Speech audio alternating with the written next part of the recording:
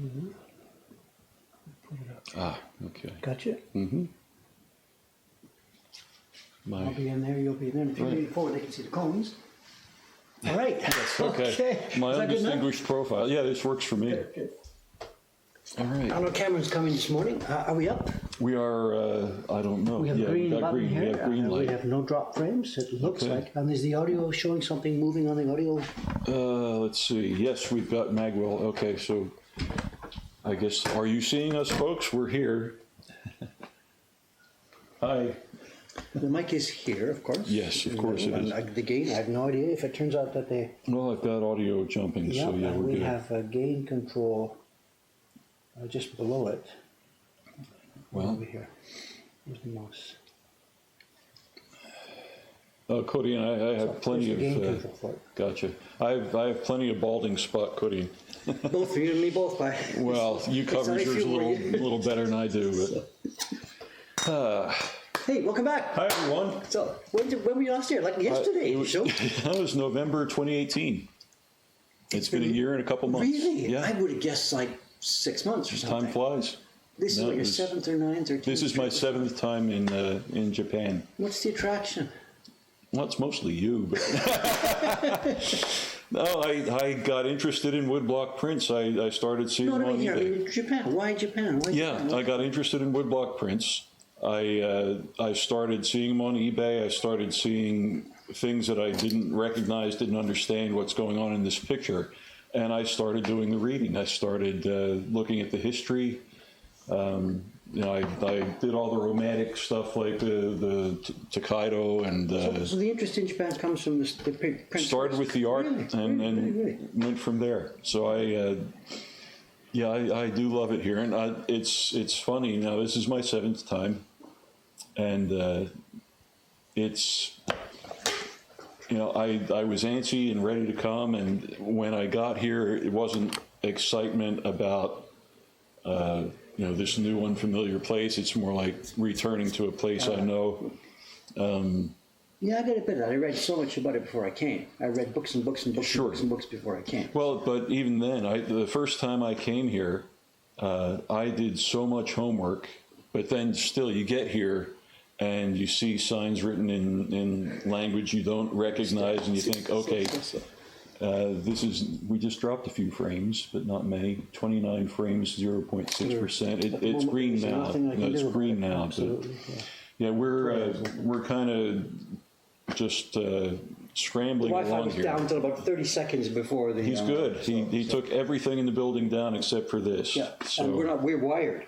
There's no Wi-Fi. The Wi-Fi is shut down. Right, Every wow. other computer is turned off. It's taped in. There's brown tape holding the connector to the computer. Is the paper out? Is the paper out upstairs? Panic. Yes. Okay. 3 packs are up. 3 packs are up. Thank you for mentioning that, Tom. Yeah. And Sugi-san's working on a batch of the Tago no Ura print, the Mount Fuji from Tago Bay. So. Okay. So what's happening this morning? This morning's going to be a really mixed morning. I know I'm going to try and get a little bit of carving done if I possibly can. John's here, as you know. Yeah, I'm just here in the way. Cameron should be dropping in at the usual time. We're not going to have enough chairs. And also WF. Right. I think he said he was going to be here like now. Oh, well. His plane came in at 6:30 or 7 this morning, so customs and whatever, so he may be here, maybe not.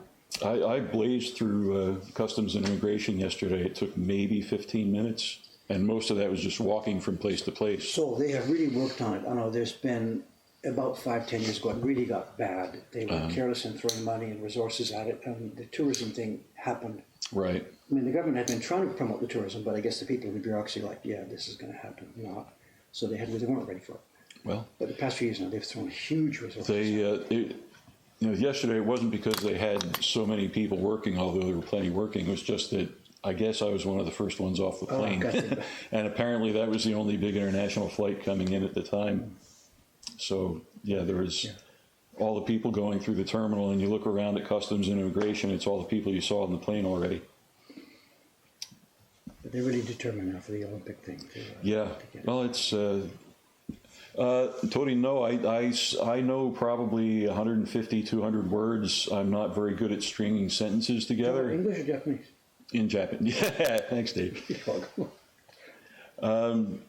You don't really need to speak Japanese. It helps if you know a few words, but this morning, as close as I got to Japanese, other than saying "Ohayou gozaimasu," I would say things like "Ginza line wa hoku desu ka," just to find out which way to the train. And the new scrambling stations at Shibuya, it's all chaos to show. Yeah, it is a little chaotic, and they have signs coming from Shibuya Mark City, which is a couple blocks to one side of Settergai in Shibuya. They have signs that go toward the Ginza line, and then they just stop, which is the worst thing in the world. And then it's signs pointing at other subway lines, which are not the ones I want. And I had to ask a couple people. They've just moved that station, right? The Ginza line station moved like 100 meters east or something. It's I don't know if it's which direction they moved it. It used to be that you could just go in the Hachiko exit and you pretty much fell into the Ginza line. Well, climbed up. It was on the second floor. Right, it was up one floor, but I'm staying a couple blocks. If you're looking at the Q Front building, if you're looking at the Center Guy sign, 2 blocks to the left of that. The scramble area you're talking about. Yes, two blocks left of the scramble, and so I had to figure out where to go. I mean, just even last night, I had to ask at the front desk, how do I get down to the street? Yeah. Because the hotel and the station are connected. You don't even have to go outside. Shibuya is notorious, even among Japanese. This is nothing to do with tourists. It's notorious for getting lost there because it's so many changes. Have you heard about the guy with the signs? It went a bit viral years ago. There's some Japanese guy there. He was peripherally involved in some of the construction teams, changing these new hotels, new office buildings, new department stores, new stations. And it changes so much. There's one guy whose full-time job is planning signage to help people find where to go. Right? He doesn't actually draw the signs. He's a full-time job for a guy working out how to help people get through this maze. Full-time job. Yeah, well, it would be. All right, I should put on my reading glasses because I'll never see all this. Yeah, it sucks. No, I fought off using these for a long. Oh, okay, they are talking to us. No, I fought off using these for a long time, but now I can see again. So EFDN, yes, doing well here. I kind of aimed for the middle. I knew it was going to be chilly outside, but it was going to be blazing hot in the train. So I kind of wore a jacket that split the difference.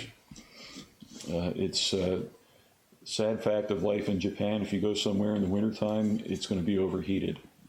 It'll be 6 degrees outside, but if you go into a building, not here, obviously. But if you go, in any typical house, that's for sure. Well, that's true. They're paying for office buildings, whatever, and especially on the trains when you have all the people full on the train, it's hot. One of the great things, I go into my hotel room last night. I'm used to business hotels. If you have a view, it's of the building next door, 3 feet away. But I'm on the 21st floor of this place, and it looks down over the crossing. So I'm looking right down into the heart of Shibuya, which was really excellent. And I get into the room and I'm thrilled with the view, and then I turn around and I've got a thermostat on the wall that I can understand how to operate. So I set it to 20 degrees and it was so nice. And it's mild winter here. It's mild and rainy. It's mild back in Tennessee also. We're having a kind of a British winter here so far, at least in Tokyo area. I can't speak of the rest of the country, but where we are here. Well, Commodore, if this is the highlight of your day, maybe you need to up your game the rest of your life. But sorry, you tee him up, I'll knock him down.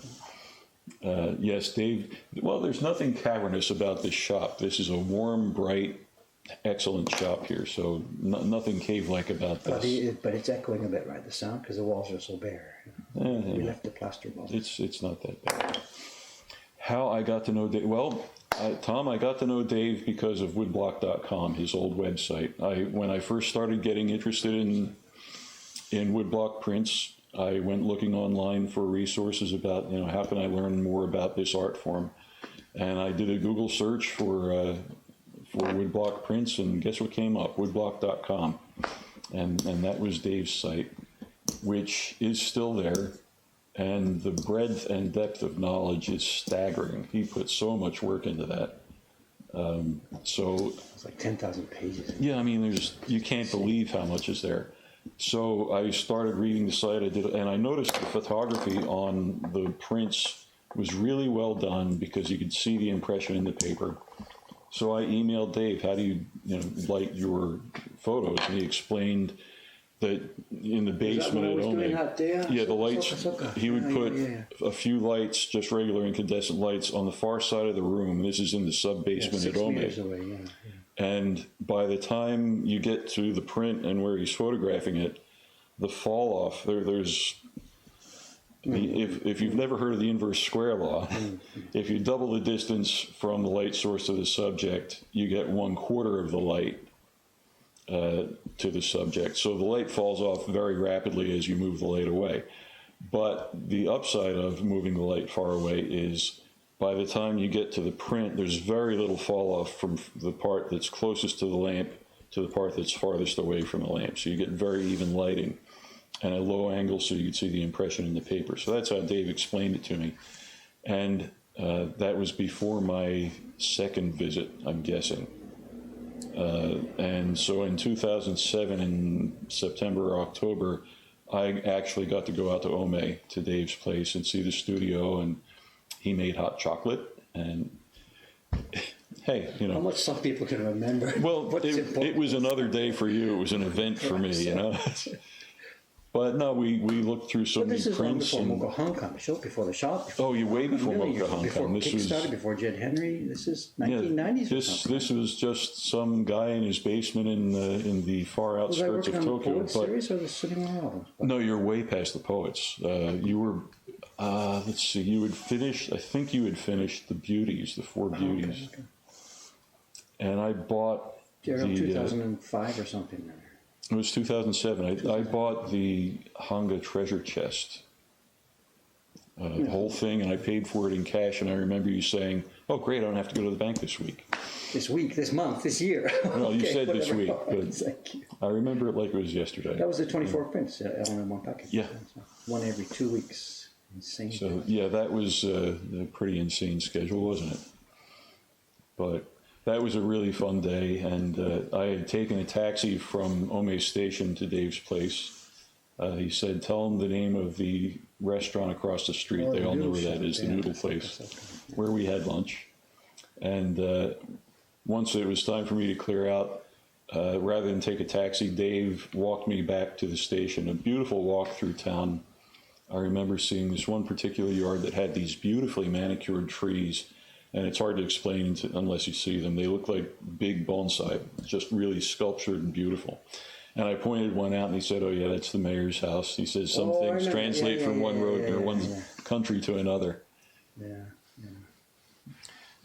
Does Dave have any battle scars from your carving adventures? I think he's asking if you've visibly carved up your fingers. No. And you can see this is very, very small scale, extremely small knives. There's no risk of cutting myself at all. Oh, sure there is. Not for you, but maybe for anyone else. There really isn't. No. Yeah. If I was sort of hacking in that, with his finger, you don't do that. Sometimes we get people comment, Dave, be careful, you're cutting towards yourself. Please do it a different way. That's the only way is to cut towards yourself. Well, if you're whittling, but not if you're doing this. Here, my hands are both on the wood, supporting my knife, and I'm only carving it. Okay, you're all the way down the bottom corner of. All the way down there. I can't. What should I be doing here? Moving it across. Yeah. Can you keep your eye because I can't see. You're good, and down just a hair. Down meaning what? This camera point down a little farther, just a little bit. It's your job, not mine. Is it okay? Well, put your knife down and I'll let you know. No, that was the right way, but we're like down at the extreme bottom end of the frame. So if we back up, let me back up the tripod just a little bit. And well, I guess we can't do that because of the surroundings. So, okay, I'll just leave it. That's fine. So this is only my second time here on the first floor. Before that, you hadn't opened it yet. Yeah, you must have been here then just shortly after we opened it. Well, last November, so it was fairly new. Yeah, we started building it exactly 2 years ago, in January, February 2018. And I guess, hi, Karen. Karen just showed up. Does keeping your nails long help you? Commodore has a lot of questions about carving. My nails have nothing to do with it, just I'm a lazy guy. I keep forgetting. I had a shower this morning, and I should have cut my nails after my shower, but the nail cutter's on the second floor, the shower's on the third floor, and I didn't get them together, and I was worried about the router, and I don't care about my nails. Next question. I think that's a good answer. It's careless. It's my hair needs cutting, everything, just whatever. So no, nails have nothing to do with Japanese woodblock carving. Tiny long story short, when I was an early teenager, for some reason I got in the habit of chewing my nails, which was an awful thing. And then some teacher at one point, I don't remember exactly, said, that's disgusting. And for some reason it took hold in me, I don't really remember. And I decided to let it grow. And I said, don't touch them, don't chew them. And they did, and they got too long. Yeah, well. And then some girl says, why have you got such long nails? And I'm like, I'm stuck between a rock and a hard place. So I can scratch your eyes out. Well. No, it's nothing to do with carving.